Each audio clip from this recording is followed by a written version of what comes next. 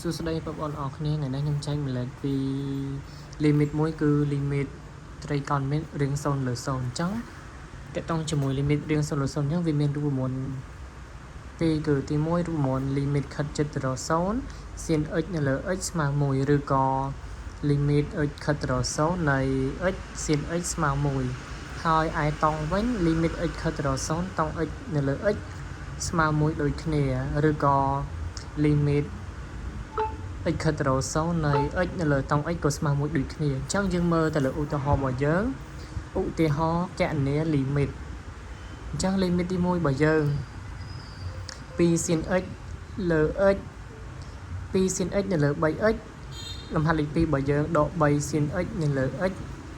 ឯលំហាត់ទី3របស់យើង limit x ខិតទៅរក0 x 5 sin 5x ហើយឯលំហាត់ទី4របស់យើងដក2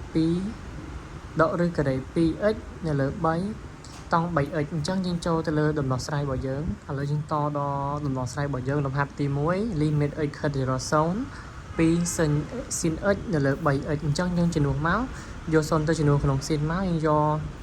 0ទៅជំនួសក្នុង sin 0ស្មើ0 2 គុណនឹង0ស្មើ0 3x 3គុណនឹង0ស្មើ0អញ្ចឹងរៀងវារៀង0លើ0រៀង0លើ0ហើយយើងមើលទៀតយើងធ្វើម៉េចឲ្យចូលរូបមន្តវាគឺរូបមន្តរបស់យើងហ្នឹងគឺ sin x នៅលើ x ស្មើ1អញ្ចឹងយើងអាចស្មើមកយើងអាចទាញ2លើ3មកមុខបាន2លើ3 limit x ខិតទៅរក0នៃ sin x នៅលើ x ដែល sin x លើ x របស់យើងហ្នឹងស្មើ1អញ្ចឹងស្មើនឹង2នៅលើ3គុណនឹង1អញ្ចឹងចម្លើយរបស់យើងស្មើ2លើ3តមកទៀតយើងតដល់លំហាត់ទី2របស់យើងយកមកលំហាត់ទី2របស់យើង limit x ខិតទៅរក0ដក3សនី 3x នៅលើ x អញ្ចឹងយើងជំនួសមកយក0ជំនួសក្នុង sin របស់យើងមកអញ្ចឹងយើងបាន0ជំនួសកន្លែង x បាន sin 0ស្មើ0ដក3គុណនឹង0អញ្ចឹងស្មើ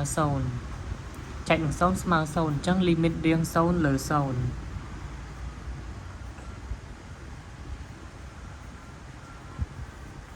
ហើយយើងមើលកន្លែងខាងមុខនេះខាងមុខយើងគឺដក3ឯអានេះសនីយើងគឺ sin 3សនី 3x នៅលើ x អញ្ចឹងយើងអាចសរសេរបាន limit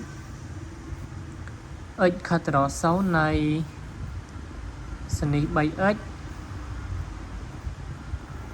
នៅលើ x យើងអាចគុណជាមួយនឹង3ដក3មកខាងស្ដាំដែរតែជាមួយខាងសនី 3x របស់យើងហ្នឹងមាន 3x តែខាងក្រោមយើងអត់មាន3ទេអញ្ចឹងយើងថែមលេខ3មួយមកហើយយើងគុណជាមួយ3មួយទៀតអញ្ចឹង limit របស់យើងស្មើជាមួយនឹង